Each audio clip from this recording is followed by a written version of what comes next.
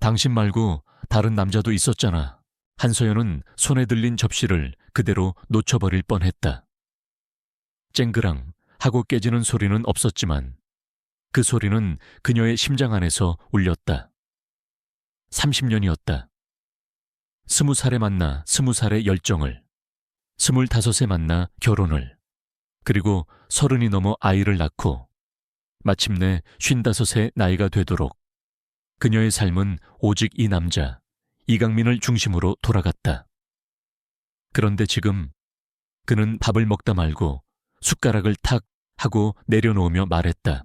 우리 이제 그만할 때 되지 않았나? 그의 목소리는 잔잔했지만 그 안에 담긴 냉기는 서연의 영혼을 얼려버릴 듯했다. 그녀는 그저 그를 멍하니 바라보았다. 그의 얼굴은 예전과 똑같았다. 젊은 시절의 풋풋함은 사라지고 중년의 원숭미가 자리 잡았지만 그 눈빛은 여전히 그녀가 사랑했던 그 눈빛이었다. 아니었다. 거기에는 낯선 타인의 얼굴이 있었다. 30년간 함께 밥을 먹고 잠을 자고 아이를 키우며 서로의 가장 깊은 곳을 공유했다고 믿었던 남자가 아니었다. 무슨 말이야, 강민 씨? 서연의 목소리는 겨우 쥐어짜낸 듯 가늘게 떨렸다. 그녀의 손은 무의식적으로 앞치마를 꼭 쥐었다. 이강민은 잠시 침묵하다가 다시 입을 열었다. 이번에는 그의 눈빛에 날카로운 비난이 서렸다. 당신, 내가 모르는 남자가 있었잖아. 30년 전 내가 당신한테 프로포즈 하던 그해 여름에. 당신 말고 다른 남자도 있었잖아. 그 말은 마치 한 발의 총성 같았다. 서연의 머릿속은 하얗게 비어버렸다. 30년 전의 일. 그녀의 기억은 아득했다. 희미하게 떠오르는 것은 오래된 사진 속의 흐릿한 풍경뿐. 그녀는 억울함에 목이 메었다. 강민 씨, 무슨 말을 하는 건지 모르겠어. 나는 평생 당신만 바라보고 살았는데 거짓말하지 마. 내가 증거를 갖고 있어. 강민은 주머니에서 꼬깃꼬깃한 사진 한 장을 꺼내 탁자 위에 던지듯 놓았다. 흑백 사진이었다. 30년도 더 된 듯한 빛바랜 사진 속에는 앳된 얼굴의 서연이 있었다. 그리고 그 옆에는 한 남자가 서 있었다. 그 남자는 활짝 웃고 있었고 서연은 그를 쳐다보며 환하게 웃고 있었다. 두 사람의 모습은 너무나 다정해 보였다. 서연은 사진을 보자마자 심장이 쿵 하고 내려앉는 것을 느꼈다. 잊고 지냈던 기억의 파편들이 마치 깨진 유리 조각처럼 그녀의 머릿속을 찌르기 시작했다. 그 남자의 얼굴, 그녀는 낯설었다. 하지만 어딘지 모르게 익숙했다. 그녀는 그 사진을 뚫어져라 바라보았다. 그때 이강민이 냉소적인 목소리로 덧붙였다. 그 남자가 누군지 난 그때부터 알고 있었어. 내가 당신을 사랑했으니까 모른 척 덮고 살았지. 하지만 이젠 더 이상 못 견디겠어. 당신은 그 남자와 함께 보냈던 모든 순간을 잊은 척하고 있지만 난 매일매일 그 그림자 속에서 살았다고. 강민의 말은 마치 그녀를 향한 오랜 원망의 덩어리 같았다. 서연은 그제야 깨달았다. 그의 말이 단순한 분노가 아니라 30년간 골마터진 상처였다는 것을.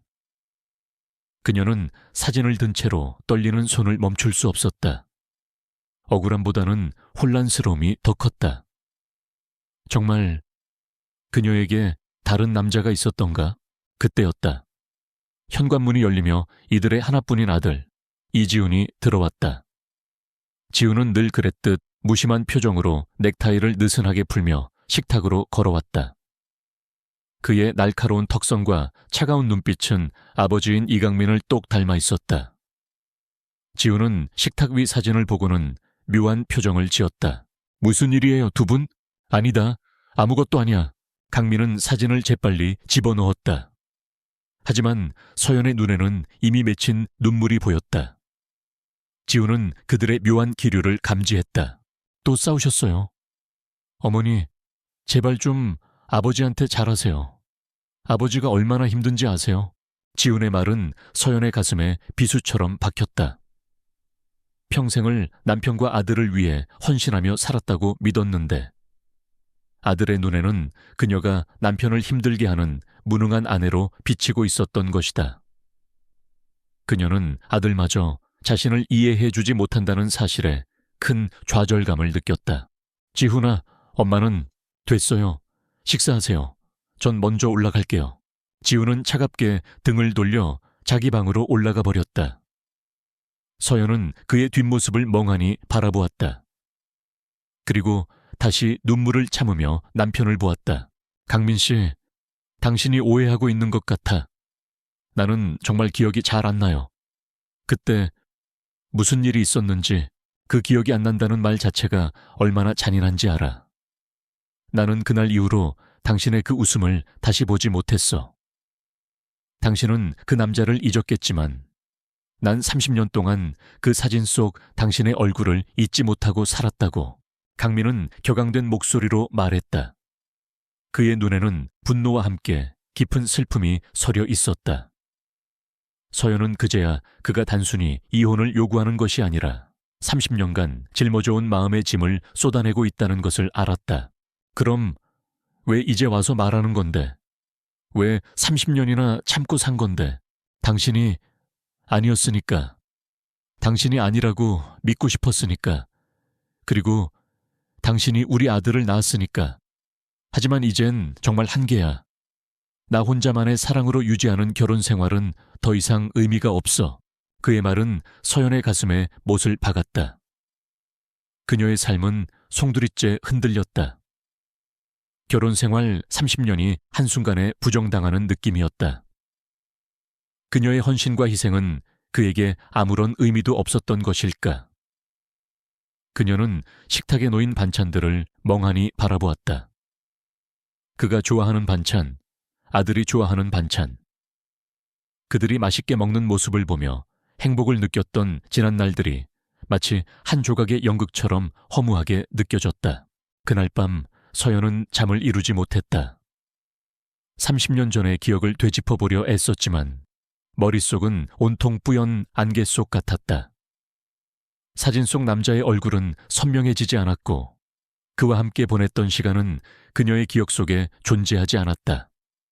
그녀는 스스로에게 물었다. 정말 내가 바람을 피운 걸까? 밤늦게까지 거실에서 뒤척이던 그녀는 마침내 결심한 듯 자리에서 일어났다. 그리고는 낡은 앨범을 찾아 거실 바닥에 앉았다. 수많은 앨범을 뒤적이며 30년 전의 흔적을 찾으려 했다. 젊은 시절에 강민과 그녀가 활짝 웃고 있는 사진, 신혼여행 사진, 그리고 아들 지훈이 태어났을 때의 사진들. 수많은 행복한 순간들이 기록되어 있었다. 그녀는 마침내 한 앨범의 마지막 페이지에서 낯선 사진 한 장을 발견했다. 흑백 사진이었다. 남편이 보여주었던 그 사진과 똑같았다. 사진을 손에 든 그녀는 왠지 모를 기시감을 느꼈다. 하지만 여전히 그 남자는 누군지 알 수 없었다. 그녀의 머릿속에는 오직 불안과 혼란만이 가득했다. 그녀는 그제야 깨달았다. 그녀의 기억이 온전하지 않다는 것을. 다음 날 아침 서연은 남편의 차가운 시선을 뒤로하고 집을 나섰다. 그녀의 발걸음은 자연스럽게 친정집으로 향했다. 어린 시절부터 그녀의 유일한 안식처였던 곳. 오래된 2층 양옥집 대문 앞에는 그녀의 아버지 한계성 씨가 서 있었다. 아버지는 그녀의 눈에 맺힌 눈물을 보더니 아무 말 없이 그녀를 따뜻하게 안아주었다. 무슨 일 있니, 우리 딸? 얼굴이 왜 이렇게 상했어? 서연은 아버지의 품에 안겨 그동안 억눌러 왔던 울음을 터뜨렸다. 아버지는 아무 말 없이 그녀의 등을 토닥여 주었다. 그녀는 울음을 그치고 간신히 자초지종을 이야기했다. 30년 만에 이혼을 요구하는 남편과 그 이유가 된 낯선 남자의 사진에 대해서 이야기를 들은 아버지의 얼굴에는 묘한 그림자가 스쳐 지나갔다. 마치 모든 것을 알고 있다는 듯한 표정이었다. 아버지는 잠시 침묵하더니 낡은 서재로 향했다.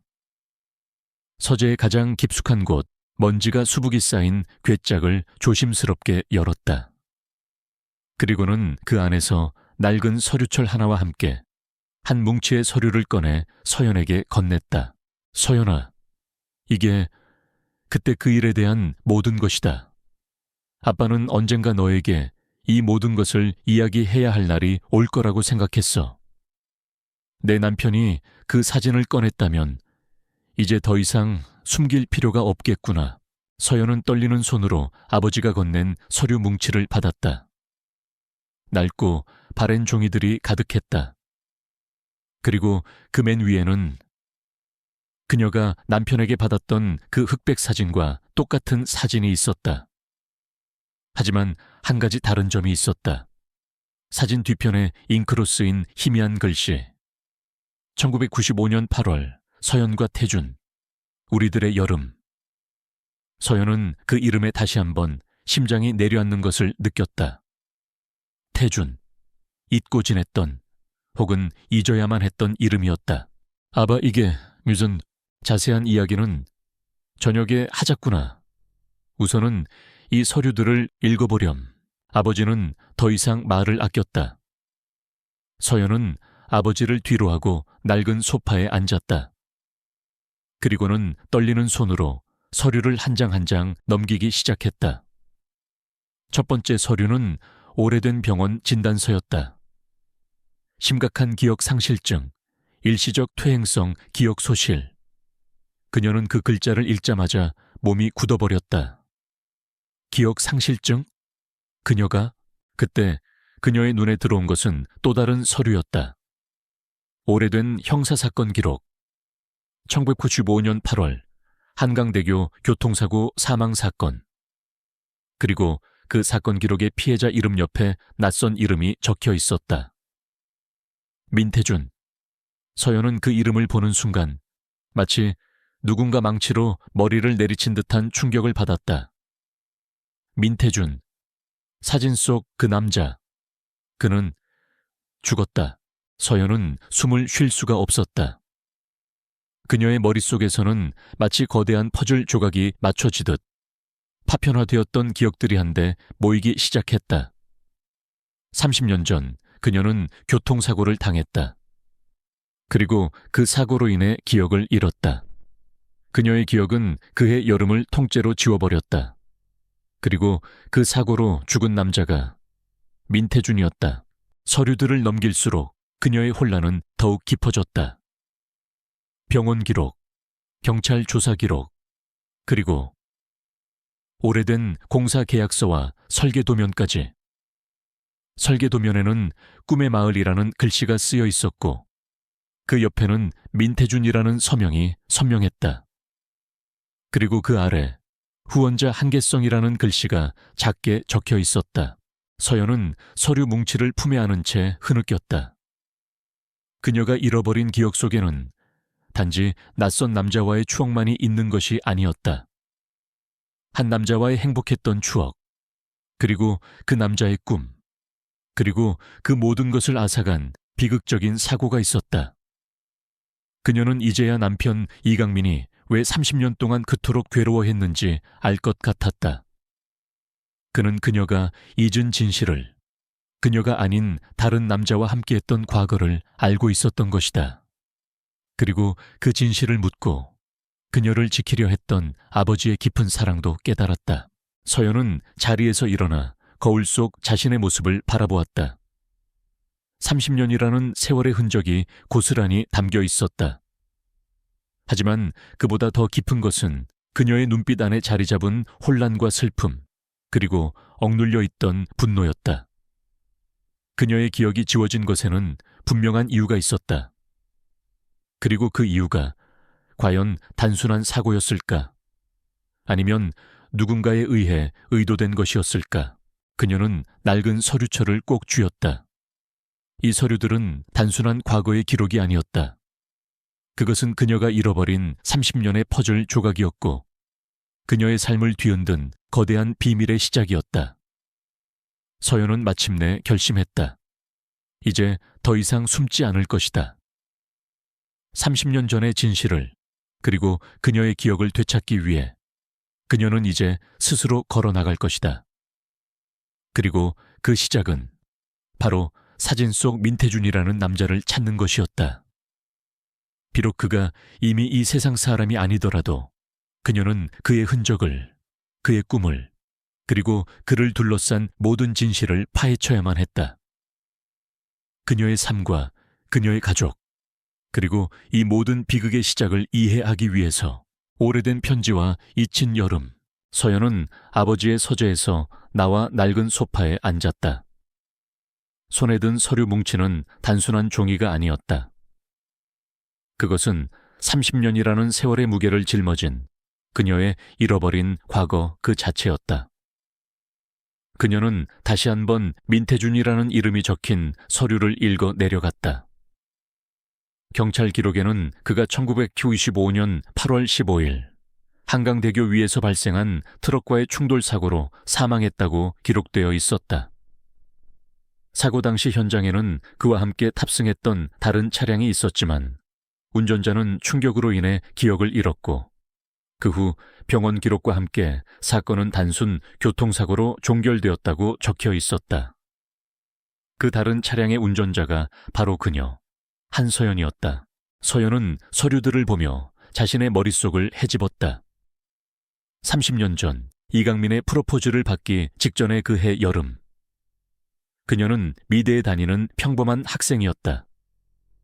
당시 그녀는 졸업작품을 준비하며 온 신경이 곤두서 있었고 아버지의 오랜 친구 아들인 이강민과 가끔 만나 밥을 먹는 정도의 관계였다. 그러다 우연히, 아니 운명처럼 한 남자를 만났다.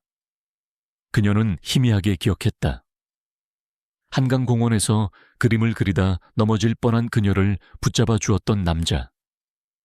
그의 이름은 민태준이었다. 서류 뭉치 안에는 태준이 그녀에게 보낸 것으로 보이는 편지 한 뭉치도 들어있었다. 잉크가 번지고 종이가 누렇게 변색된 편지들. 첫 번째 편지에는 서툰 글씨로 이렇게 쓰여 있었다. 한서연님, 어제 넘어질 뻔한 당신을 보며 제 심장도 함께 쿵 떨어지는 줄 알았네요. 부디 다치지 않으셨기를 바랍니다. 민태준 올림. 서연은 편지를 읽는 내내 잊고 지냈던 감정의 파편들을 떠올렸다. 그와 함께 보냈던 짧지만 강렬했던 여름의 기억들이 마치 흑백 영화처럼 머릿속에 스쳐 지나갔다. 태준은 건축을 공부하는 사람이었다. 그는 언제나 사람들의 삶을 따뜻하게 만들 수 있는 집을 짓고 싶다고 말했다. 특히 고아들을 위한 보육원과 노인들을 위한 복지시설을 짓는 것이 그의 꿈이었다. 그가 설계한 도면 속에는 단순히 건물의 구조만 있는 것이 아니라 사람들의 온기가 담겨 있었다. 서연은 그런 태준의 순수하고 강한 열정에 매료되었다. 그녀는 그와 함께 한강을 거닐며 미래에 대한 꿈을 이야기했고 그가 설계한 건물에 어울릴 그림들을 함께 구상했다. 그녀는 편지들을 읽으며 왜 강민이 그토록 질투했는지 어렴풋이 이해하게 되었다. 사진 속 그들의 미소는 단순한 호감이 아니었다. 그것은 서로의 영혼을 깊이 이해하고 사랑했던 연인의 미소였다. 그녀는 이제야 알았다. 이강민이 그녀의 곁에서 맴돌고 있을 때 그녀의 마음은 이미 다른 곳에 있었다는 것을. 그때 거실 창밖으로 익숙한 실루엣이 보였다. 이강민이었다. 그는 그녀를 찾아 친정집까지 온 것이었다. 서연은 편지들을 재빨리 서류 뭉치에 집어넣고 탁자 위에 올려두었다. 아버지는 이강민을 보자마자 굳은 표정으로 그를 맞았다. 이 서방, 자네가 여긴 어쩐 일인가? 장인어른, 서연이 만나러 왔습니다.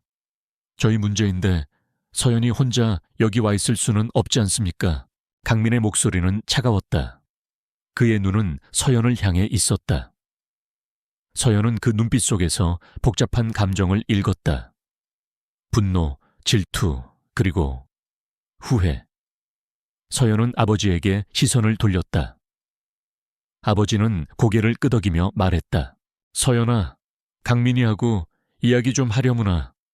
아빠는 잠시 나갔다 오마. 아버지는 그들의 대화에 끼어들지 않았다. 그가 서재에서 꺼내온 서류가 이강민에게 어떤 의미인지, 그들의 관계에 어떤 폭풍을 몰고 올지 그는 이미 알고 있는 듯했다. 아버지가 자리를 비우자 강민은 서연에게 다가왔다. 그의 눈은 탁자 위에 놓인 서류 뭉치를 향했다. 그는 그 뭉치 안에 자신이 그토록 알고 싶어 했던 진실이 담겨 있다는 것을 본능적으로 알았다. 당신 그 남자하고 관련된 서류들인가? 대체 30년 전 무슨 일이 있었던 거지? 당신은 왜 그때 이후로 그 남자에 대한 기억을 싹 지워버린 거야? 강민은 그녀를 몰아붙였다. 서연은 이제 더 이상 숨지 않았다. 그녀는 서류 뭉치에서 진단서를 꺼내 강민의 눈앞에 내밀었다. 이거 봐. 나는 그날 사고로 기억을 잃었어. 그 남자 민태준이라는 사람은 나 때문에 죽었어. 강민은 진단서를 읽고 충격을 받은 듯했다. 그의 얼굴은 새하얗게 질렸다. 그는 서연이 사고로 기억을 잃었다는 사실은 상상도 하지 못했다. 그저 그녀가 그 남자를 잊기 위해 혹은 자신을 속이기 위해 기억을 봉인했다고 생각했던 것이다. 기억상실증, 그래. 나는 당신이 보여준 사진 속 남자가 누군지, 그와 무슨 일이 있었는지 아무것도 기억하지 못했어. 하지만 이 서류들을 보니까 이제야 조금씩 알 것 같아. 나는 그와 사랑하는 사이였던 것 같아. 그리고 그를 죽인 사고의 당사자였어. 서연의 목소리는 담담했지만 그 안에는 깊은 슬픔이 묻어 있었다. 강민은 그녀의 말에 할 말을 잃었다. 30년간 쌓아온 분노와 질투의 탑이 한순간에 무너져 내리는 듯했다. 그는 자신이 사랑했던 여자를 30년간이나 오해하고 그녀의 고통을 외면해 왔다는 사실을 깨달았다. 서연아, 미안해. 나는 정말 몰랐어. 당신이 그런 일을 겪었을 줄은. 강민의 눈빛은 한순간에 흔들렸다. 그는 서연의 손을 잡으려 했지만 서연은 그의 손길을 피했다. 그녀는 여전히 혼란스러웠다. 그의 사과가 진심이라는 것을 알면서도 30년이라는 세월 동안 그녀를 아프게 했던 그의 말들이 떠올라 쉽게 용서할 수 없었다. 강민 씨, 당신은 단지 내가 다른 남자를 사랑했다는 사실에 분노했겠지. 하지만 나는 내 기억 속에 없는 사람을, 그것도 나 때문에 죽은 사람을 잊고 살았다는 죄책감에 평생을 시달려야 해. 당신은 그 남자의 그림자 속에서 살았다고 했지만 나는 나 자신을 잃어버린 채 살았다고. 서연의 말에 강민은 고개를 떨구었다. 그때 서류 뭉치에서 삐져나온 한 장의 사진이 그의 눈에 들어왔다. 그가 가지고 있던 흑백 사진과 같은 사진이었다.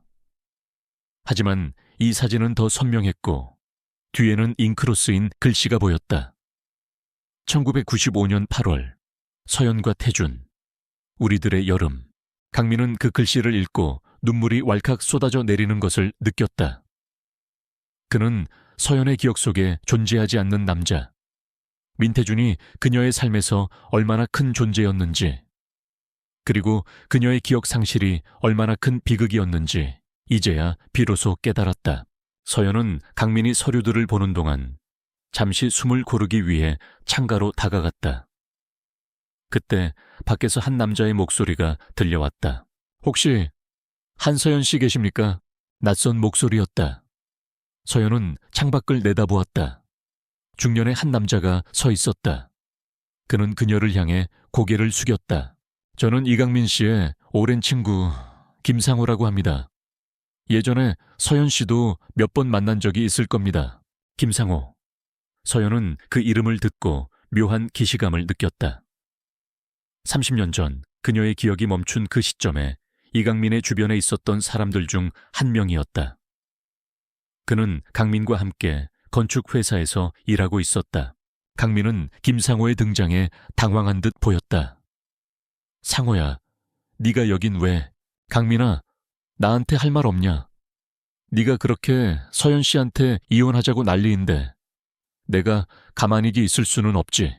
김상호의 말은 마치 경고처럼 들렸다. 그의 눈빛은 강민을 향해 있었지만 그 안에 담긴 의미심장한 메시지는 서연에게도 전해지는 듯했다. 강민은 김상호의 등장에 더욱 초조해졌다. 그는 서연에게 말했다. 서연아, 이 이야기는 다음에 다시 하자. 지금은 상호랑 할 이야기가 있어서. 서연은 강민의 뒷모습을 보며 이상한 느낌을 받았다. 그의 초조함은 단순한 친구와의 만남 때문이 아니었다. 마치 그들이 어떤 비밀을 공유하고 있다는 듯한 느낌이었다. 그때 서연의 눈에 낡은 서류철 맨 마지막 페이지에 놓여있던 작은 쪽지가 들어왔다. 자네가 이 서류를 보게 될 때 나는 이미 모든 것을 준비해 두었다. 내게 남은 것은 오직 진실을 밝히는 일뿐이다. 쪽지에는 아버지의 필체로 쓰여 있었다. 서연은 그 쪽지를 보고 직감했다. 아버지와 민태준의 죽음, 그리고 그녀의 기억 상실증에는 단순한 사고 이상의 무언가가 숨겨져 있다는 것을. 그리고 그 비밀의 한가운데에 남편 이강민과 그의 친구 김상호가 있을지도 모른다는 의심이 싹트기 시작했다. 그녀는 자리에서 일어나 서류 뭉치를 품에 안았다. 이제 더 이상 혼자 고민하지 않을 것이다. 그녀는 아버지가 남긴 쪽지의 의미를 파헤치고 30년 전의 진실을, 그리고 민태준의 죽음에 얽힌 비밀을 밝혀내기 위해 직접 나설 것이다. 그녀의 잃어버린 기억을 찾고 그녀의 삶을 되찾기 위한 여정이 이제 막 시작된 것이다. 그녀의 눈빛은 흔들리지 않았다. 30년간 묻어두었던 분노와 슬픔, 그리고 진실을 향한 강한 의지가 그녀의 눈동자 속에서 타올랐다. 그녀는 더 이상 순진하고 무능한 아내가 아니었다. 그녀는 잃어버린 자신을 되찾으려는 용감한 여인이었다. 그리고 그녀의 곁에는 말없이 그녀를 응원하고 도와줄 아버지라는 든든한 버팀목이 있었다. 그녀는 아버지를 믿었다. 그리고 이제 자신을 믿기로 했다. 그날 저녁, 아버지는 서연에게 30년 전 그날의 진실을 이야기해 주었다. 태주는 사고 직전 그녀에게 프로포즈하기 위해 그녀를 찾아왔다고 했다. 그는 건축 공모전에서 대상을 받았고 그 상금으로 고아원을 짓겠다는 꿈을 이루려 했다. 하지만 그의 공모전 수상작은 이강민과 그의 친구 김상회에게 도용되었고 태주는 그 사실을 알아내고 그들을 찾아갔다고 했다. 아버지는 태준의 꿈을 응원했고 그가 죽은 뒤 그의 꿈을 지켜주기 위해 서연의 기억을 덮어두었다고 했다. 서연은 아버지의 이야기를 들으며 눈물을 흘렸다. 그녀가 잃어버린 것은 단순한 기억이 아니었다. 한 남자의 꿈, 그리고 그들의 아름다운 사랑이었다.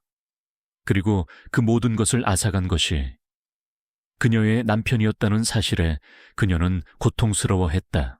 아버지의 서재에는 낡은 가죽 상자가 하나 있었다. 그 안에는 태준이 서연에게 보내려 했던 마지막 편지가 들어있었다. 그리고 그 옆에는 태준이 마지막으로 설계했던 아직 완성되지 않은 설계 도면이 있었다. 서연에게 내가 만든 첫 번째 집, 바로 우리의 보금자리가 될 거야. 서연은 그 글씨를 읽는 순간 태준의 따뜻한 마음이 고스란히 전해져 오는 것을 느꼈다. 그녀는 이제야 깨달았다. 그녀는 30년 전의 자신을 잃어버린 것이 아니었다.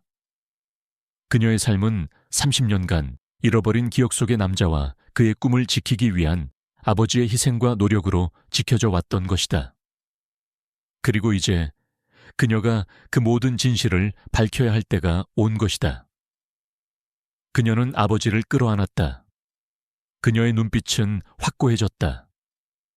이제부터는 그녀의 싸움이었다. 그녀는 잃어버린 기억을 되찾고 태준의 꿈을 완성할 것이다. 그리고 그녀의 삶을 엉망으로 만든 모든 이들에게 30년 전의 진실을 되찾아 줄 것이다. 민태준의 흔적, 그리고 잊힌 이름. 한서연은 아버지의 서재에 홀로 앉아 있었다. 그녀의 눈은 낡은 서류철과 민태준이 남긴 미완성 설계도면을 번갈아 응시했다. 30년이라는 긴 세월 동안 잊고 지냈던 한 남자의 존재, 그의 꿈, 그리고 비극적인 죽음. 그 모든 것이 그녀의 남편, 이강민과 그의 친구 김상호의 탐욕과 얽혀 있었다는 사실에 서연은 깊은 절망을 느꼈다. 그녀는 이제 더 이상 순진하게 당하고 있을 수 없었다. 그녀는 진실을 밝히고 민태준의 명예를 회복해야만 했다. 그녀는 서류철에 담겨 있던 민태준의 편지들을 다시 읽어 내려갔다. 편지 속에는 그가 어린 시절을 보냈던 희망 보육원에 대한 이야기가 자주 등장했다. 그는 그곳에서 받은 따뜻한 사랑을 잊지 않고 자신이 성공하면 반드시 그곳을 다시 짓겠다고 다짐했다. 서연은 그곳이 진실을 찾는 첫 번째 실마리가 될 것이라 직감했다. 다음 날 아침 서연은 희망 보육원을 찾아 나섰다.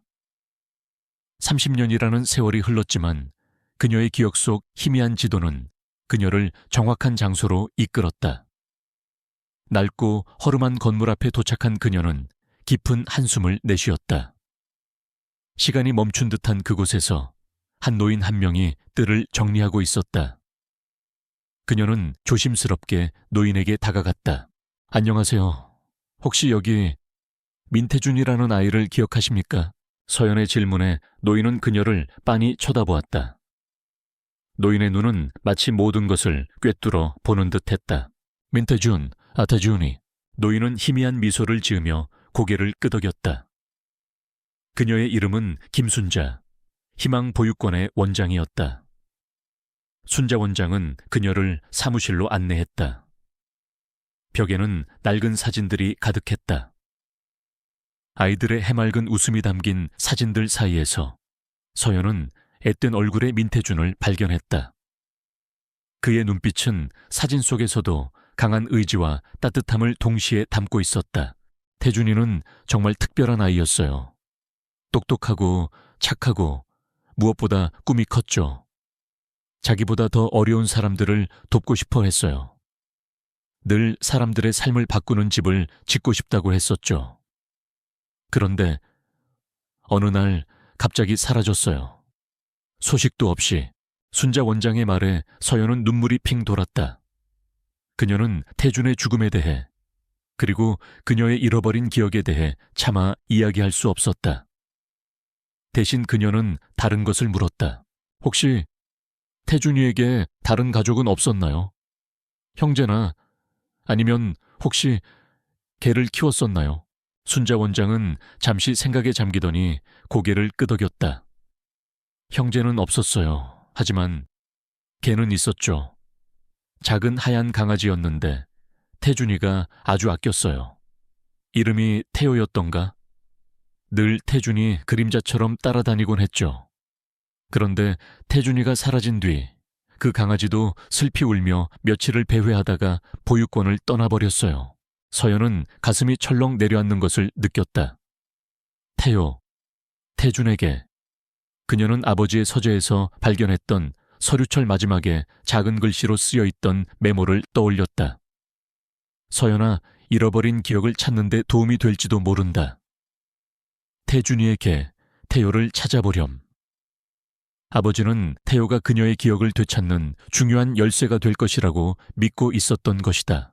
한편 서연의 친정집을 찾았던 이강민은 자신의 행동을 후회하며 밤새 잠을 이루지 못했다. 그는 서연이 기억을 잃었다는 사실에 큰 충격을 받았고 30년간 그녀를 오해하고 상처 준 자신을 용서할 수 없었다. 그는 술에 취해 비틀거리며 자신의 오래된 서재로 향했다. 그곳에는 30년 전 그가 서연에게 프로포즈하기 위해 준비했던 낡은 상자가 있었다. 상자를 열자 꼬깃꼬깃한 흑백 사진과 함께 오래된 녹음 테이프가 들어있었다. 그 녹음 테이프는 30년 전 이강민이 자신의 건축 공모전 수상 소감을 녹음한 것이었다. 당시 그는 민태준의 아이디어를 훔쳐 공모전에 참여했고 운 좋게 대상을 받았다. 그는 서연에게 당당하게 말하고 싶었고 자신의 성공을 증명하고 싶었다. 하지만 그 테이프에는 그가 미처 듣지 못했던 혹은 들으려 하지 않았던 음성이 녹음되어 있었다. 테이프를 재생하자 잡음이 섞인 목소리가 흘러나왔다. 강민아, 너 정말 이대로 태준이 아이디어 훔쳐서 공모전에 낼 거야. 양심에 찔리지도 않아. 이거 나중에 큰 문제 될 수도 있어. 그것은 그의 친구 김상호의 목소리였다. 그리고 그 뒤에는 이강민 자신의 목소리가 이어졌다. 상호야, 닥쳐. 어차피 태준이는 가진 것도 없는 고아잖아. 내가 좀 더 좋은 세상을 만들 수 있을 거야. 그리고 난 서연이한테 꼭 성공한 모습을 보여주고 싶다고. 내가 아니면 누가 서연이를 행복하게 해줄 수 있겠어? 이강민은 그 녹음 테이프를 듣고 온몸의 피가 식는 것을 느꼈다. 그는 자신이 얼마나 추악한 욕망을 가지고 있었는지, 그리고 그 욕망이 결국 어떤 비극을 낳았는지 깨달았다. 그때 녹음은 계속 이어졌다. 그의 목소리 뒤로 현관문이 열리는 소리와 함께 누군가의 목소리가 들려왔다. 강민아, 너희들이 내 아이디어를 훔쳤다는 게 사실이야. 제발 아니라고 말해줘. 네가 서연이의 친구라고 해서 믿었는데. 민태준의 목소리였다. 그는 떨리는 목소리로 강민에게 진실을 요구하고 있었다. 그리고 그 뒤에는 강민과 김상호의 목소리가 뒤섞였다. 야, 너 어디서 그런 헛소리를 듣고 왔어? 네가 가진 게 뭐라고 우리한테 따져? 당장 꺼져. 김상호의 격앙된 목소리. 그리고 그 뒤에는 무언가 부딪히는 소리가 들렸다. 그리고 마지막으로 민태준의 비명. 강민은 녹음 테이프를 꺼내들고 바닥에 주저앉았다. 30년 전 그는 김상우와 함께 민태준을 밀쳐냈고 그 충격으로 태준은 채 치어 한강대교 아래로 떨어졌다. 그리고 그 모든 것을 목격한 서연은 충격으로 인해 기억을 잃었던 것이다. 그의 눈에서 뜨거운 눈물이 쏟아져 내렸다. 그는 단순한 아이디어 도용을 넘어 한 사람의 생명을 앗아간 살인자였다. 그때 집안의 개 한 마리가 낑낑거리며 그의 다리를 긁었다. 서연이 키우던 유기견 태요였다. 강민은 태요의 눈을 바라보았다. 그 눈은 마치 모든 것을 알고 있다는 듯 그를 비난하고 있었다. 태요는 서연이 희망보육원에서 돌아온 이후로 서연의 곁을 그림자처럼 따라다니며 그녀를 보호하고 있었다. 마치 민태준의 영혼이라도 깃든 것처럼 서연은 희망보육원을 나온 뒤 태요를 찾기 위해 거리를 헤맸다. 그녀는 태요가 마지막으로 목격되었다는 보육원 근처의 오래된 동네를 샅샅이 뒤졌다. 그곳에서 그녀는 우연히 한 노인을 만났다. 노인은 서연을 보더니 묘한 표정을 지었다. 아가씨, 혹시 태요를 찾고 있나? 서연은 깜짝 놀라 노인을 바라보았다. 네, 그 개를 어떻게 아세요? 그 개가 며칠 전에 내가 살던 집 앞에서 쓰러져 있었네. 내가 데려다가 밥을 주고 보살펴줬지. 그런데 그 개가 아가씨를 쏙 빼닮은 젊은 총각을 자꾸만 찾더군. 그 총각이 태준이었지 아마. 난 그 개를 보면서 그 총각 생각이 나서 눈물이 나더군. 서연은 노인의 말에 가슴이 저려오는 것을 느꼈다. 노인은 서연에게 태요를 돌봐주던 집의 주소를 알려주었다. 그곳은 낡은 창고였다. 서연은 낡은 창고 문을 열고 들어섰다. 창고 안은 먼지가 쌓여 있었지만 한쪽 구석에 놓인 낡은 카메라 행거가 그녀의 시선을 사로잡았다. 카메라 행거는 30년 전의 것이었다. 서연은 직감적으로 그 안에 무언가 중요한 것이 들어있을 것이라 생각했다. 그녀는 카메라 행거를 조심스럽게 꺼내 열었다. 그 안에는 오래된 비디오 테이프가 하나 들어있었다. 테이프 겉면에는 잉크로 1995년 8월 15일 마지막 기록이라고 쓰여 있었다. 그것은 민태준이 남긴 마지막 유산이었다. 그는 자신의 아이디어를 훔친 강민과 김상회에게 진실을 요구하기 위해 그들의 대화를 녹화하고 있었던 것이다. 그리고 그 녹화본에는 한강대교에서 벌어진 비극적인 사고의 전말이 고스란히 담겨 있을 터였다. 서연은 떨리는 손으로 테이프를 움켜쥐었다. 그녀의 눈에서는 뜨거운 눈물이 흘러내렸다. 그녀는 이제 모든 진실을 알게 될 것이다. 그녀의 잃어버린 30년, 그리고 민태준의 죽음에 얽힌 모든 비밀이 담겨 있는 증거. 그녀는 이 테이프를 지켜내야만 했다. 한편 강민은 녹음 테이프를 들은 뒤 곧바로 김상호를 찾아갔다. 김상호는 이미 모든 상황을 파악하고 강민을 기다리고 있었다. 강민아, 이제야 정신 차렸냐? 네가 그런 짓을 저지른 건 다 그 여자 때문이잖아. 우리가 그때 그 일을 덮어두지 않았으면. 닥쳐, 상호야. 우리가 저지른 짓이야. 서연이는 아무 죄도 없어. 나는 이제라도 모든 것을 바로잡아야겠어. 강민의 말에 김상호는 비웃었다. 네가? 뭘 바로잡는데? 서연이가 진실을 알면 네가 어떻게 될 것 같아? 네가 가지고 있는 모든 것을 잃게 될 거야. 나는 그렇게 놔둘 수 없어. 나는 네가 그렇게 되지 않도록 도와줄 거야. 30년 전처럼. 김상호의 눈빛은 섬뜩했다. 그는 강민에게서 테이프를 빼앗으려 했다. 하지만 강민은 결코 놓지 않았다. 그들의 몸싸움은 격렬해졌다. 그때 김상호의 휴대폰에서 한 통의 전화가 걸려왔다. 김상호 이사님, 큰일 났습니다. 저희 회사 공사 현장에 문제가 생겼습니다. 지금 당장 오셔야 합니다. 김상호는 분노와 초조함이 뒤섞인 표정으로 강민에게 말했다. 잠깐만 기다려. 이 일 아직 끝나지 않았어. 네가 가지고 있는 그 녹음 테이프 반드시 내 손으로 없애버릴 테니까. 김상호는 거친 숨을 몰아쉬며 사무실을 나갔다. 강민은 그가 떠난 자리에 주저앉았다. 그는 이제 알았다. 김상호는 단순히 자신을 돕는 친구가 아니었다. 그는 자신의 탐욕과 죄를 합리화하고 그 죄를 덮기 위해 또 다른 죄를 저지를 수 있는 악인이었다. 그리고 그 악의 중심에 30년 전에 비극적인 사고가 있었다는 것을 강민은 서연에게 달려갔다. 그는 그녀에게 모든 것을 털어놓고 용서를 빌어야 했다. 그리고 그녀가 가지고 있는 진실의 증거를 그 어떤 위험으로부터도 지켜내야만 했다. 그가 서연의 친정집 앞에 도착했을 때 그는 이미 늦었다는 것을 직감했다. 집 문은 활짝 열려 있었고 서연은 보이지 않았다. 그리고 그녀가 앉아있던 소파 위에는 낡은 서류 뭉치가 흩어져 있었다. 민태준이 남긴 마지막 편지와 미완성 설계도면이 바람에 흩날리고 있었다. 낡은 그림과 핏빛 진실, 한서연은 손에 든 비디오 테이프를 보며 숨이 막혔다. 민태준이 남긴 마지막 기록.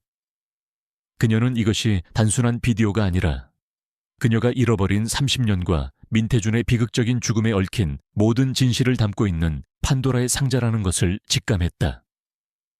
그녀는 떨리는 손으로 테이프를 품에 안고 창고를 나섰다. 낡은 창고 문이 삐걱거리며 닫히자 그녀의 뒤에서 희미한 발소리가 들려왔다. 서연은 본능적으로 뒤를 돌아보았다.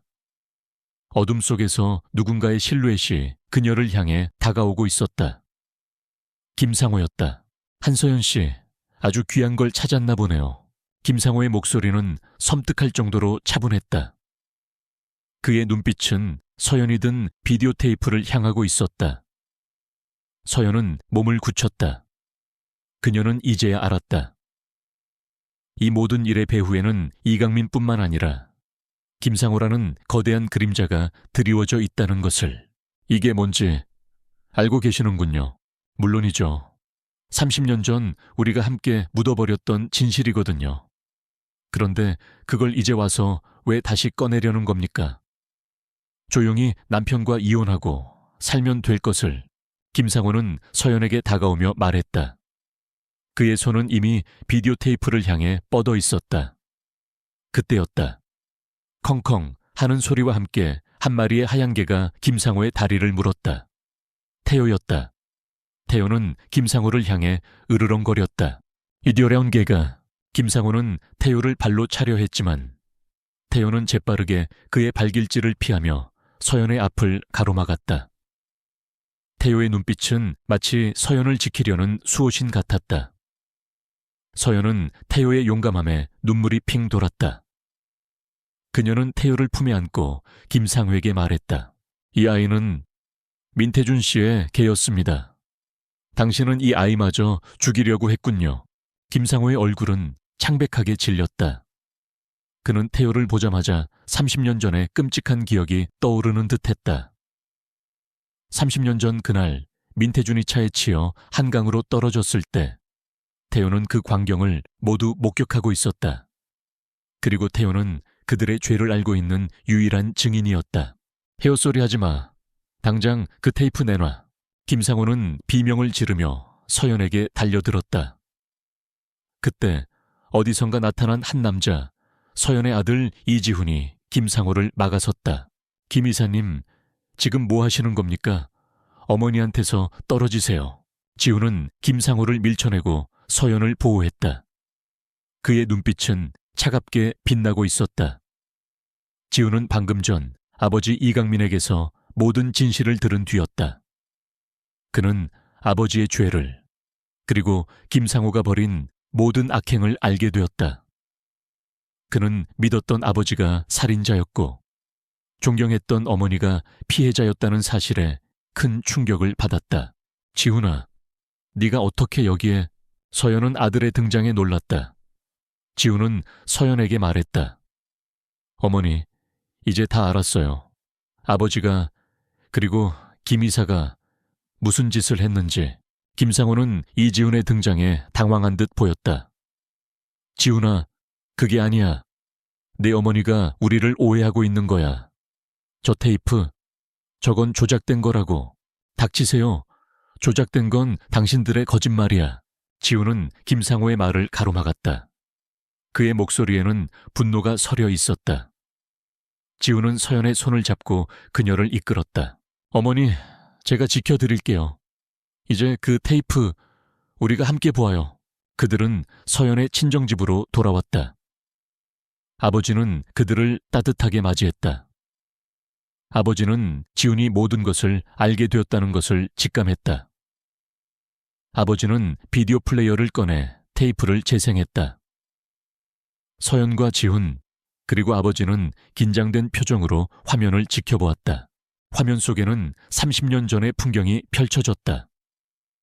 낡은 한강대교와 앳된 얼굴의 이강민, 그리고 김상호가 보였다.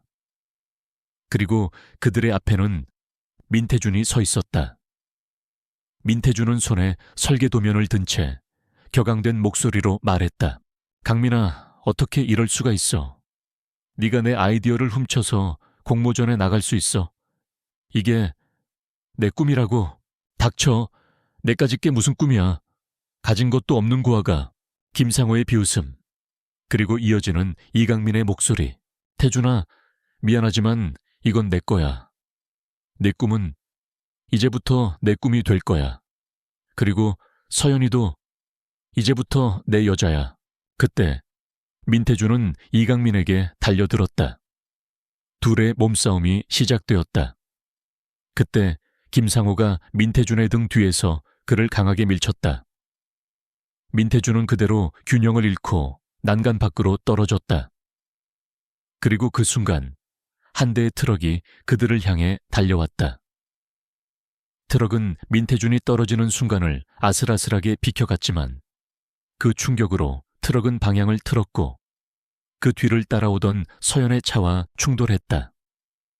서연은 충격으로 의식을 잃었고 민태준은 그대로 한강 아래로 떨어졌다. 영상은 그날의 끔찍한 사고를 고스란히 담고 있었다. 서연은 화면을 보며 흐느꼈다. 그녀가 잃어버린 기억의 파편들이 하나로 맞춰지는 순간이었다. 그녀는 눈을 감았다.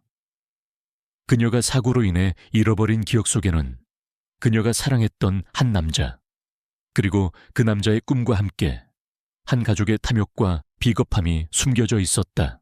지우는 화면을 보며 분노에 몸을 떨었다. 그는 믿었던 아버지의 추악한 진실을 목도했다. 그는 이제 더 이상 아버지를 존경할 수 없었다. 그는 자리에서 일어나 서연을 끌어안았다. 어머니, 죄송해요. 제가 그동안 얼마나 어머니를 힘들게 했는지 이제야 알았어요. 아버지가 저에게 얼마나 많은 거짓말을 했는지. 서연은 아들의 품에 안겨 울었다. 그녀는 아들이 자신의 편이 되어주었다는 사실에 큰 위안을 얻었다. 그녀는 지훈의 머리를 쓰다듬으며 말했다. 괜찮아, 지훈아. 네 잘못이 아니야. 이 모든 것은 너의 아버지가 만들어낸 비극이야. 그때 현관문이 열리고 이강민이 들어왔다. 그의 얼굴은 절망과 죄책감으로 일그러져 있었다. 그는 그들이 비디오를 보고 있다는 것을 직감했다. 그는 바닥에 무릎을 꿇고 서연과 지훈에게 말했다. 서연아, 지훈아, 내가 잘못했어. 모든 게 다 내 잘못이야. 나는 그 테이프가 없어진 줄 알았어. 김상우가 이미 없앴다고. 조지스말. 지훈은 소리쳤다. 아버지는 아직도 김이사 핑계를 대고 있잖아요. 아버지가 민태준 씨를 죽였잖아요. 그리고 그 모든 것을 어머니한테 뒤집어 씌우고 30년 동안 어머니의 삶을 망쳐놨잖아요. 아니다. 나는 태준이를 죽일 의도는 없었어. 그저 상우랑 함께 그를 밀쳐낸 것뿐이야. 그리고 서연이는 그 일을 기억하지 못했으니까 나는 그냥 모른 척하고 살고 싶었어. 서연이를 지키기 위해서, 어머니를 지키기 위해서요? 아니요. 아버지는 당신 자신을 지키기 위해서 어머니를 가둬뒀던 거예요. 어머니의 기억을 지운 채 당신의 거짓말 속에 가둬뒀던 거라고요. 지훈의 말에 강민은 고개를 떨구었다. 그는 더 이상 변명할 수 없었다.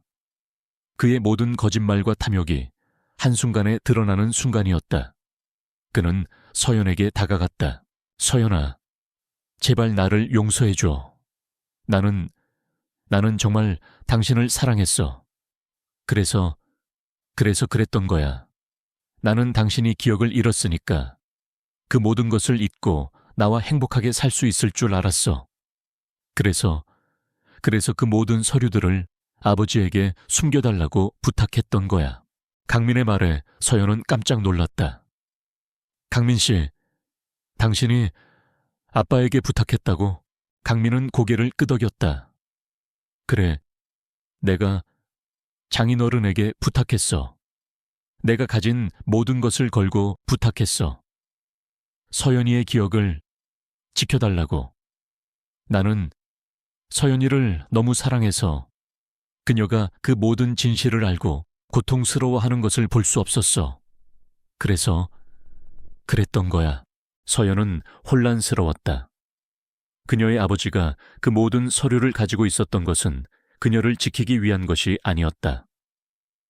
이강민이 그녀의 아버지를 이용해 그 진실을 덮으려 했던 것이다. 그녀는 아버지를 바라보았다. 아버지는 아무 말 없이 고개를 숙이고 있었다. 서연은 이제야 모든 것이 명확해졌다. 이강민은 그녀를 사랑했지만 그의 사랑은 탐욕과 이기심으로 가득 차 있었다. 그는 자신의 죄를 덮기 위해 그녀의 기억을 봉인하고 그녀의 아버지를 이용했다. 그리고 30년이 지난 지금 그의 죄가 드러나자 그는 다시 한번 그녀에게 용서를 구하며 자신의 죄를 합리화하고 있었다. 그녀는 자리에서 일어났다. 그녀의 눈빛은 흔들리지 않았다. 그녀는 비디오 테이프를 손에 쥐고 강민에게 말했다. 당신이 나를 사랑해서 그랬다고요? 아니요. 당신은 나를 사랑한 게 아니에요. 당신은 당신의 욕망을, 당신의 죄를 사랑한 거예요. 그리고 그 죄를 덮기 위해 한 남자의 꿈을 짓밟고 나의 삶을 망쳐놓은 거예요. 30년 동안 내가 당신을 사랑하고 당신의 아들을 키우며 살았던 모든 시간들이 당신의 거짓말 속에 있었던 것이라고요. 서연의 말에 강민은 눈물을 흘리며 고개를 떨구었다. 그는 이제 더 이상 아무 말도 할 수 없었다. 그는 자신의 죄 앞에 무력하게 무릎을 꿇고 있었다. 지우는 그런 아버지를 보며 차가운 표정을 지었다. 그는 이제 더 이상 아버지를 부를 수 없었다. 그때 서연의 눈에 낡은 서류철 맨 마지막 페이지에 놓여있던 작은 쪽지가 들어왔다. 서연아, 잃어버린 기억을 찾는 데 도움이 될지도 모른다. 태준이의 개, 태요를 찾아보렴. 그리고 그 아래 내 아버지를 믿지 마라 는 글씨가 작게 적혀 있었다. 서연은 그 글씨를 읽고 온몸이 굳어버렸다. 아버지는 이강민의 부탁을 들어주었던 것이 아니었다. 아버지는 이 모든 것을 알고 있었지만 그녀를 위해 그리고 민태준의 꿈을 위해 모든 진실을 밝힐 기회를 기다리고 있었던 것이다. 그리고 그 기회가 바로 지금이었다. 서연은 아버지를 바라보았다. 아버지는 눈물을 흘리며 고개를 끄덕였다. 서연은 이제야 모든 것을 이해했다. 그녀는 더 이상 혼란스럽지 않았다. 그녀는 자리에서 일어나 지훈에게 말했다. 지훈아, 이제 모든 것을 제자리로 돌려놓아야 할 때야. 민태준 씨의 꿈을, 그리고 우리의 삶을. 지훈은 고개를 끄덕였다. 그들의 눈빛에는 단단한 결심이 서려 있었다. 그들은 더 이상 과거의 비극에 갇혀있지 않을 것이다. 그들은 진실을 향해, 그리고 새로운 삶을 향해 나아갈 것이다. 그리고 그들의 곁에는 30년 전의 진실을 품고 있는 태호가 꼬리를 흔들며 그들을 지켜보고 있었다. 핏빛 증거와 무너지는 가면, 비디오 테이프가 담고 있는 충격적인 진실은 한서연의 가족을 산산조각냈다. 이강민은 자신의 죄를 뉘우치며 무릎을 꿇고 있었지만 서연과 지훈에게는 그의 회개가 진심으로 다가오지 않았다. 30년간 억눌렸던 분노와 배신감이 두 사람의 마음을 지배하고 있었다. 서연은 낡은 서류철 맨 마지막 페이지에 놓인 아버지의 쪽지를 다시 한번 읽었다. 내 아버지를 믿지 마라. 그 짧은 문장은 서연에게 큰 충격을 주었지만 동시에 그녀가 앞으로 나아가야 할 방향을 명확하게 제시했다. 아버지가 그녀를 속인 것이 아니었다. 그는 이강민의 교묘한 거짓말에 속지 않았고 그녀가 스스로 진실을 깨달을 때까지 기다려준 것이다. 그때 집안의 전화벨이 울렸다. 수화기를 든 지훈의 표정이 굳어졌다. 전화를 건 사람은 이강민의 친구이자 모든 악행의 공범인 김상호였다. 지훈아, 네가 지금 어머니와 함께 있다는 거 안다. 그 테이프, 우리가 가진 모든 것을 지킬 수 있는 마지막 기회야. 그걸 내게 넘겨주면 내가 너희 어머니와 너를 보호해 주마. 너희 아버지 일은 내가 어떻게든 해결해 줄게. 김상호의 목소리는 친절한 척했지만 그 안에는 끈적한 협박과 탐욕이 담겨 있었다. 지훈은 이를 악물었다. 그는 김상호가 자신들을 도와주는 척하며 결국에는 비디오 테이프를 없애고 모든 증거를 인멸할 것이라는 것을 직감했다. 김 이사님, 당신이 말하는 보호는 당신의 죄를 덮기 위한 보호일 뿐입니다. 우리 가족을 더 이상 이용하지 마세요. 당신의 거짓말은 이제 끝입니다. 지훈은 차갑게 전화를 끊었다. 김상호는 전화를 끊은 지훈의 행동에 분노했다. 그는 더 이상 이강민과 그의 가족을 설득할 수 없다는 것을 깨달았다. 그는 자신의 권력과 재력을 이용해 서연과 지훈을 압박하기 시작했다. 그는 이강민의 회사에 대한 모든 지원을 끊었고 이강민이 추진하던 대규모 프로젝트를 가로챘다. 그리고 그의 비서들을 시켜 서연과 지훈의 일거수일투족을 감시하게 했다. 이강민, 네가 감히 나를 배신해? 네 아들이 그 테이프를 가지고 있는 한 너희 가족은 평생 나의 그림자 속에서 살게 될 것이다. 그리고 그 그림자는 네 아들을 향한 칼날이 될 수도 있어. 김상호의 협박은 이강민의 심장을 찔렀다.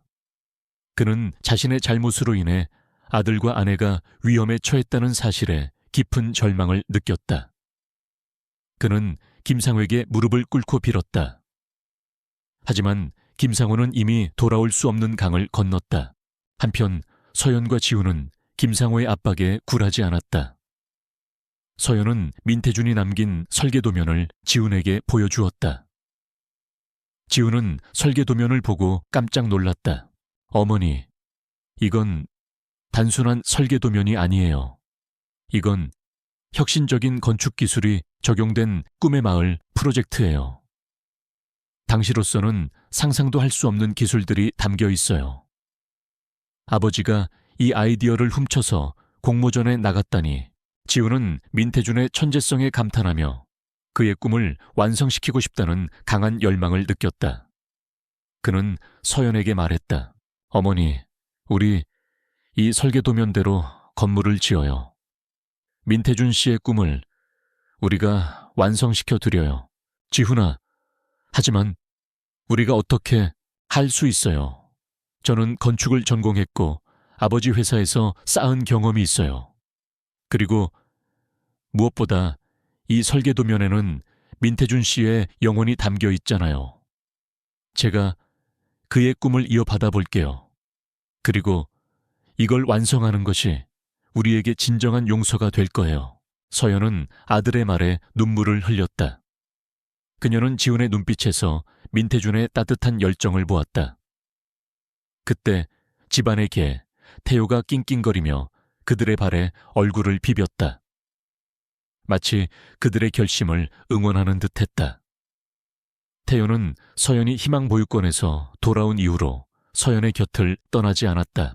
밤이 깊어지고 서연과 지훈은 비디오 테이프를 증거로 경찰에 제출하기로 결심했다. 그들은 비디오 테이프를 안전하게 보관하기 위해 금고에 넣어두었다. 그때 창밖에서 낯선 인기척이 들렸다. 지훈은 창밖을 내다보았다. 검은 옷을 입은 남자들이 그들의 집을 감시하고 있었다. 김상호가 보낸 사람들이었다. 서연과 지훈은 불안에 휩싸였다.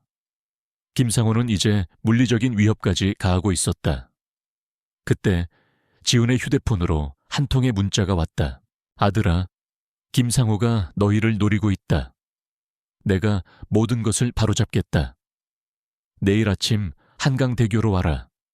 그리고 네가 가지고 있는 모든 것을 세상에 공개해라. 이 모든 것을 끝낼 유일한 방법이다. 문자를 보낸 사람은 이강민이었다. 지훈은 아버지의 문자를 보고 혼란스러웠다. 그는 아버지를 믿을 수 없었지만 그의 문자에 담긴 비장함은 진심으로 느껴졌다. 다음 날 아침 서연과 지훈은 한강대교로 향했다. 그들의 손에는 비디오 테이프와 민태준의 설계도면이 들려 있었다. 그들의 곁에는 든든한 개, 태호가 함께였다. 그들이 한강대교에 도착했을 때 이강민이 그들을 기다리고 있었다. 그의 곁에는 김상호와 그의 부하들이 서 있었다. 김상호는 서연과 지훈을 보자마자 비웃었다. 강민아, 네가 보낸 문자가 이거였냐? 너 정말 자살골을 넣는구나. 이제 그 테이프만 내 손에 들어오면 모든 것이 끝난다. 김상호의 부하들이 서연과 지훈에게 다가왔다. 그때 이강민이 앞으로 나섰다. 상호야, 멈춰. 더 이상 죄를 짓지 마. 이제는 모든 것을 바로잡아야 할 때야. 네가 뭘 바로잡겠다는 거야? 네가 저지른 죄를 잊었어? 네가 나를 배신하고 경찰에 신고라도 할 참이야? 김상호는 강민을 비웃었다. 하지만 이강민은 흔들리지 않았다. 아니, 나는 내가 저지른 죄를 내가 바로잡을 것이다. 30년 전 내가 민태준의 꿈을 짓밟고 서연이의 삶을 망쳐놨듯이 이제는 내가 그 모든 것을 되돌려 놓을 것이다. 이강민은 허리춤에서 작은 리모컨을 꺼내 들었다. 그리고 리모컨의 버튼을 눌렀다. 굉음과 함께 한강대교 위에 설치된 대형 전광판이 켜졌다. 전광판에는 30년 전 민태준이 죽임을 당하는 비디오 테이프의 영상이 재생되기 시작했다. 김상호의 얼굴은 새하얗게 질렸다. 그는 이강민이 미리 준비해둔 비밀을 알지 못했다. 이강민은 어젯밤 김상호에게 협박당하는 척하며 일부러 그를 한강대교로 유인했던 것이다. 그는 서연과 지훈이 경찰에 신고할 시간을 벌어주고 자신이 저지른 죄를 세상에 공개하기 위해 이 모든 것을 계획했다. 그때 경찰차가 굉음을 내며 한강대교 위로 달려왔다. 서연의 아버지 한계성이 경찰차에서 내렸다. 그는 이 모든 것을 이강민과 함께 계획했던 것이다. 서연은 아버지를 보자마자 눈물을 흘렸다. 아버지는 그녀의 손을 잡고 말했다. 서연아, 이제 모든 것이 끝났다. 네가 잃어버렸던 30년, 이제는 되찾아야 할 때다. 경찰들은 김상호와 그의 부하들을 체포했다. 김상호는 마지막까지 발악했다. 이강민, 너도 결국 나랑 똑같은 살인자야. 네가 이렇게 끝날 줄 알았어. 김상호의 외침에 이강민은 고개를 떨구었다. 그는 이제 더 이상 도망칠 곳이 없었다. 그는 자신의 죄를 인정하고 경찰에게 체포되었다. 서연과 지훈은 한강대교 위에 서서 체포되는 이강민과 김상호의 뒷모습을 바라보았다. 그들의 눈에는 슬픔과 분노, 그리고 안도감이 뒤섞여 있었다. 30년간 그들을 짓눌렀던 거대한 짐이 한순간에 사라지는 순간이었다. 그때 서연의 발치에 서 있던 태호가 낑낑거렸다. 서연은 태호를 품에 안았다. 태호는 마치 민태준의 영혼이 깃든 것처럼 그녀의 얼굴을 핥아주었다. 서연은 태호를 보며 미소 지었다. 그녀는 이제야 모든 것을 용서할 수 있을 것 같았다. 민태준을 잃었지만 그녀는 그의 꿈과 사랑을 되찾았다. 그리고 그녀는 그녀의 삶을, 그리고 그녀의 아들을 되찾았다. 마지막 서류와 부모의 진실, 이강민과 김상호의 체포 소식은 세상에 큰 충격을 주었다. 특히 이강민이 30년 전 자신의 친구를 살해하고 그 죄를 덮기 위해 아내의 기억을 조작했다는 사실은 세간의 공분을 샀다. 한때 존경받는 건축가였던 이강민의 몰락은 한순간이었다. 서연은 그의 모든 죄가 만천에 드러나는 것을 보며 슬픔과 동시에 공허함을 느꼈다. 30년간의 결혼 생활이 거짓된 토대 위에 세워진 사상 누각이었다는 사실은 그녀에게 깊은 상처를 남겼다. 이 모든 것이 끝난 후 서연은 아버지 한계성의 집에 돌아왔다. 아버지는 말없이 그녀를 따뜻하게 안아주었다. 지훈은 그동안 어머니를 오해했던 자신의 어리석음을 후회하며 서연의 곁을 지켰다. 서연은 아들과 아버지의 사랑 속에서 서서히 상처를 치유해 나갔다. 며칠 뒤 한계성은 서연에게 낡은 서류철 맨 아래에 있던 마지막 서류를 건넸다.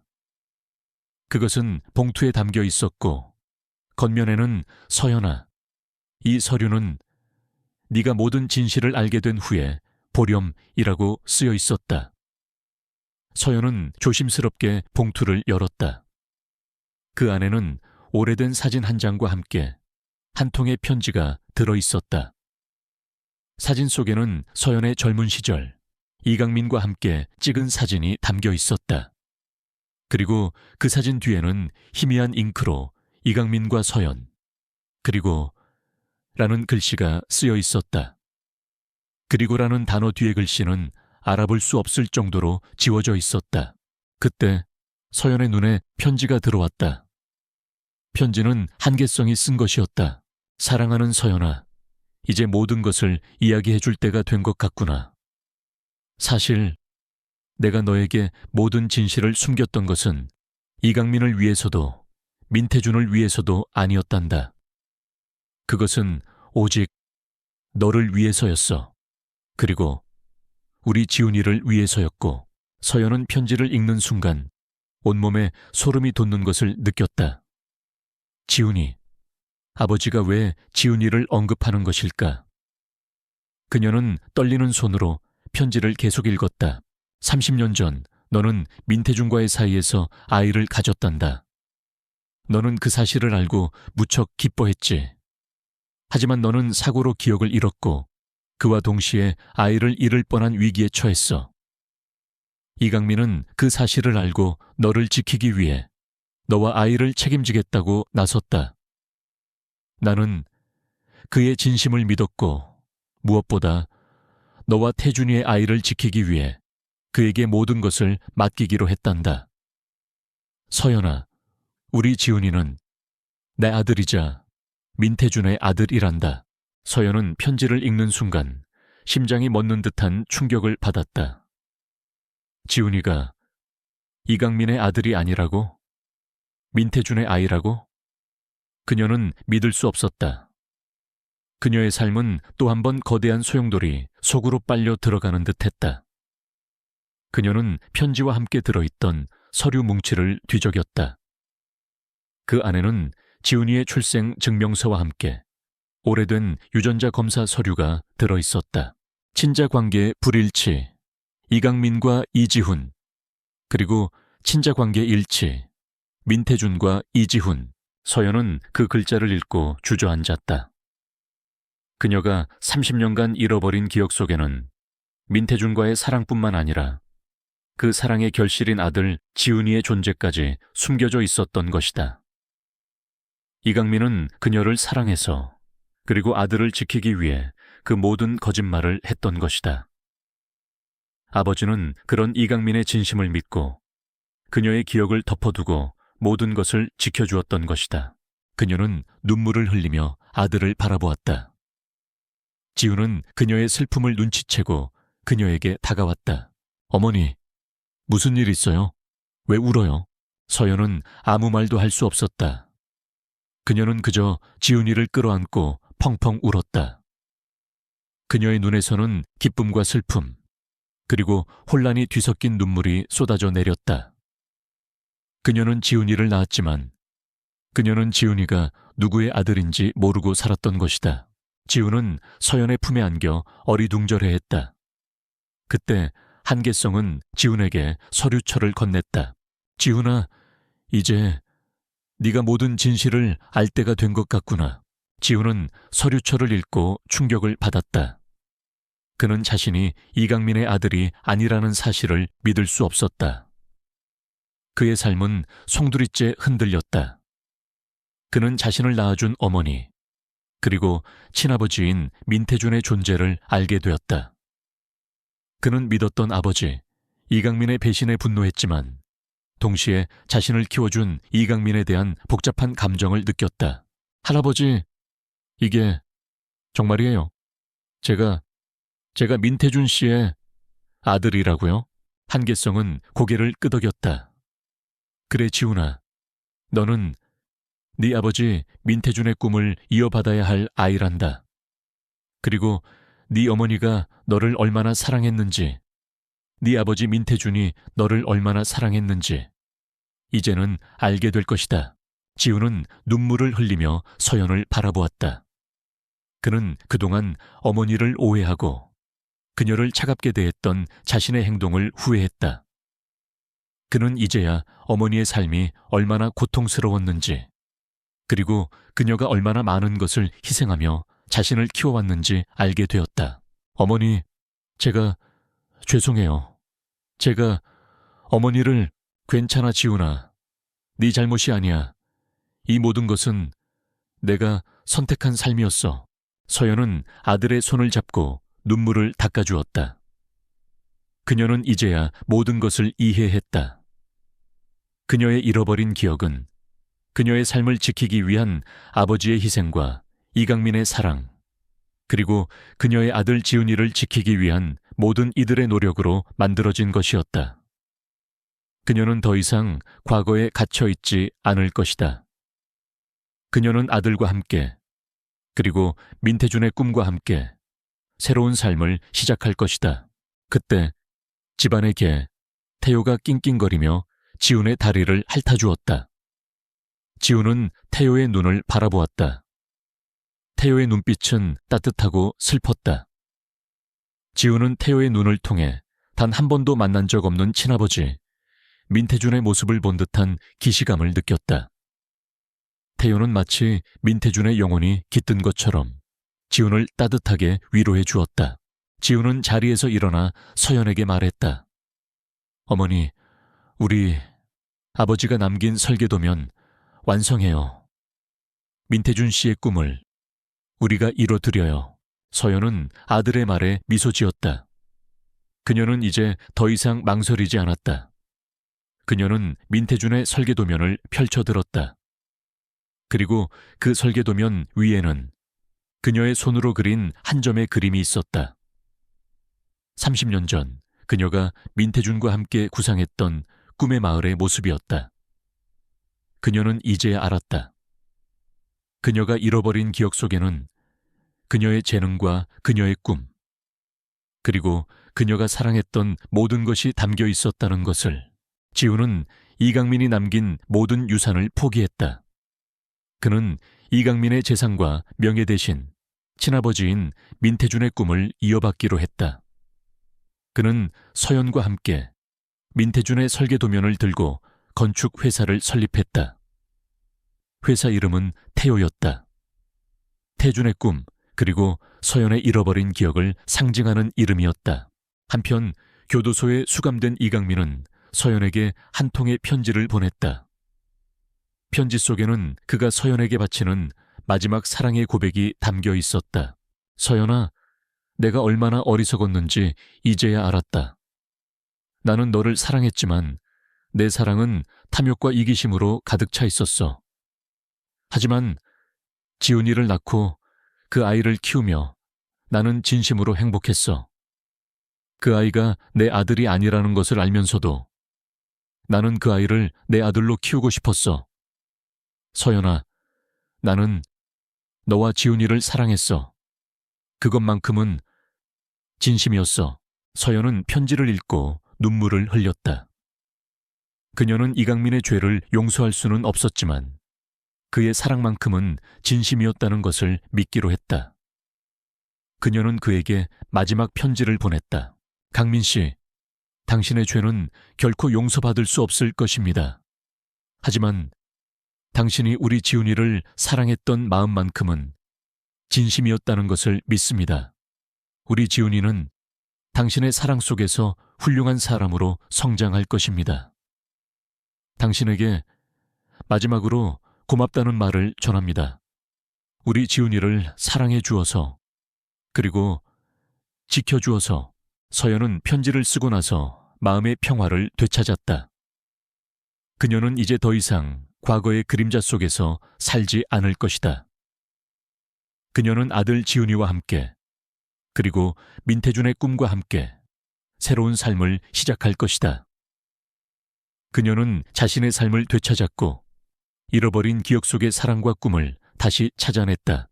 그리고 그녀의 곁에는 말없이 그녀를 응원하고 지켜주는 아버지, 그리고 그녀의 아들이자 민태준의 아들인 지훈이가 있었다. 그들은 이제 더 이상 과거의 비극에 갇힌 가족이 아니었다. 그들은 서로의 상처를 보듬고 서로의 꿈을 응원하며 새로운 미래를 향해 나아가는 진정한 가족이었다. 민태준의 유산과 새로운 시작. 한서연은 민태준의 설계도면을 앞에 두고 지훈과 마주 앉아 있었다. 설계도면은 30년의 세월이 무색할 만큼 혁신적이고 아름다웠다. 꿈의 마을이라는 이름처럼 사람들의 삶을 따뜻하게 만들고자 했던 민태준의 순수한 열정이 고스란히 담겨 있었다. 서연은 아들의 눈빛에서 민태준의 영혼을 보았다. 지훈은 건축가로서의 재능과 함께 친아버지의 따뜻한 마음까지 물려받은 듯했다. 지훈아, 정말 이 설계도면대로 건물을 지을 수 있겠니? 서연의 질문에 지훈은 환하게 웃으며 대답했다. 물론이죠, 어머니. 이 설계도면은 제게 단순한 종이가 아니에요.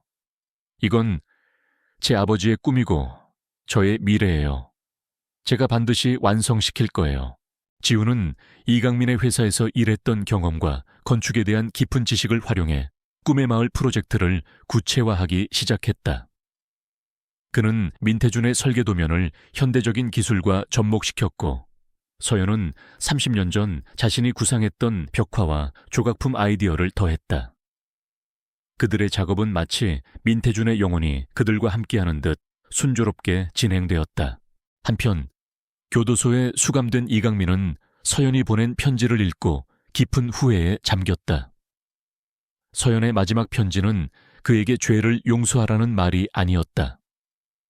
그것은 오히려 그가 진정으로 사랑했던 것이 무엇인지, 그리고 그 사랑을 지키기 위해 얼마나 어리석은 선택을 했는지 깨닫게 해주었다. 그는 서연과 지훈이 자신의 삶을 되찾고 새로운 시작을 한다는 소식을 듣고 진심으로 기뻐했다. 그는 법정에서 자신의 모든 죄를 인정하고 김상호의 악행까지 낱낱이 밝혔다. 김상호는 가중 처벌을 받았고, 이강민은 자신의 죄를 뉘우치며 평생을 속죄하기로 다짐했다. 서연과 지훈은 태요 건축이라는 회사를 설립했다. 회사 이름은 민태준에게 태요의 이름에서 따온 것이었다. 태요는 그들의 든든한 동반자가 되어 주었다. 태요는 마치 민태준의 영혼처럼 그들의 곁을 지키며 그들의 프로젝트에 영감을 주었다. 그들의 첫 번째 프로젝트는 민태준이 꿈꿨던 희망 보유권을 재건하는 것이었다. 그들은 30년 전에 낡은 보유권을 허물고 민태준의 설계도면대로 새로운 건물을 짓기 시작했다. 건물은 단순히 콘크리트와 철골로 만들어진 것이 아니었다. 그것은 민태준의 꿈과 서연의 예술, 그리고 지훈의 열정이 융합된 따뜻한 온기가 담긴 하나의 작품이었다. 건설 현장에는 늘 서연의 아버지 한계성이 함께했다. 그는 손녀, 아니 손자인 지훈이가 친아버지의 꿈을 이루는 모습을 보며 깊은 감동을 느꼈다. 그는 더 이상 과거의 죄책감에 갇혀 있지 않았다. 그는 자신의 딸과 손자를 자랑스럽게 생각했다. 어느 날 건설 현장으로 한 남자가 찾아왔다. 그는 바로 민태준의 친동생 민태규였다. 민태규는 어렸을 때 해외로 입양되어 소식이 끊겼던 인물이었다. 그는 뒤늦게 형의 죽음에 대한 소식을 듣고 한국으로 돌아왔다. 그는 서연과 지훈이 형의 꿈을 이어받아 희망 보유권을 짓고 있다는 소식을 듣고 그들을 찾아온 것이었다. 민태규는 서연과 지훈을 보자마자 눈물을 흘렸다. 그는 형이 남긴 설계도면을 보며 감동을 금치 못했다. 그는 서연과 지훈에게 말했다.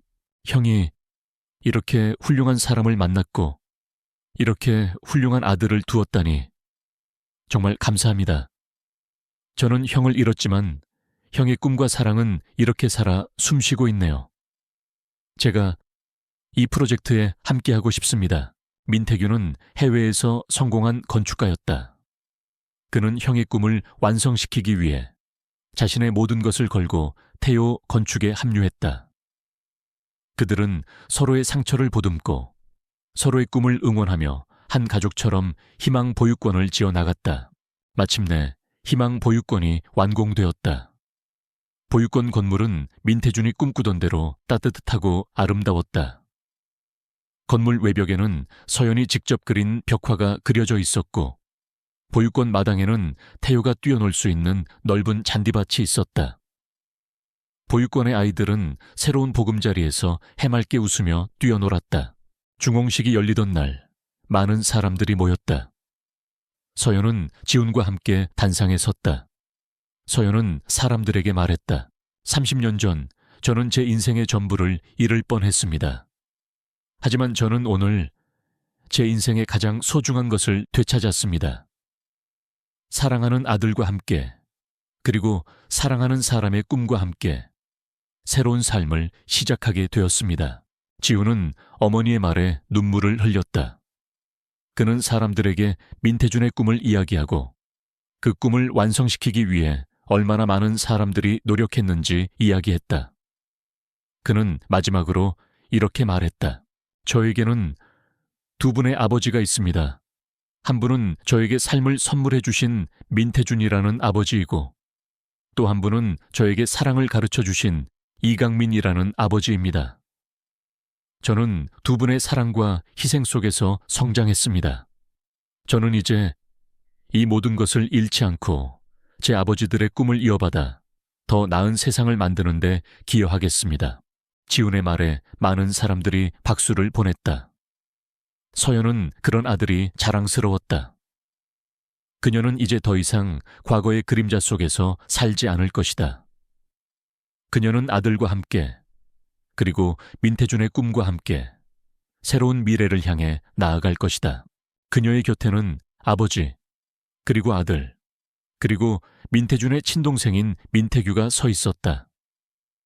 그들의 옆에는 태효가 꼬리를 흔들며 그들을 지켜보고 있었다. 태효는 마치 민태준의 영혼처럼 그들의 행복을 함께 축하해주는 듯했다. 중홍식이 끝난 후 서연은 지훈과 함께 한강대교를 찾았다. 그곳에서 그들은 30년 전 모든 비극이 시작되었던 곳에 서 있었다. 서연은 조용히 눈을 감았다. 그녀의 머릿속에는 민태준과의 아름다웠던 추억들이 스쳐 지나갔다. 그리고 그녀는 눈을 떴다. 그녀의 눈빛은 흔들리지 않았다. 그녀는 이제 더 이상 슬퍼하지 않았다. 그녀는 민태준을 가슴에 묻고 그의 꿈과 함께 새로운 삶을 살기로 결심했다. 지훈은 서연의 손을 잡고 말했다. 어머니, 이제 행복하게 사세요. 제가 어머니의 아들로, 민태준 씨의 아들로 어머니를 평생 지켜드릴게요. 서연은 아들의 손을 꼭 잡았다. 그녀는 이제야 진정한 행복을 찾은 것 같았다. 그녀는 잃어버린 30년을 되찾았고 잃어버린 사랑과 꿈을 다시 찾아냈다. 그리고 그녀의 곁에는 그녀의 사랑과 꿈을 함께 지켜줄 아들이 있었다. 그들은 이제 더 이상 과거의 그림자 속에서 살지 않을 것이다. 그들은 서로의 상처를 보듬고 서로의 꿈을 응원하며 새로운 미래를 향해 나아가는 진정한 가족이었다.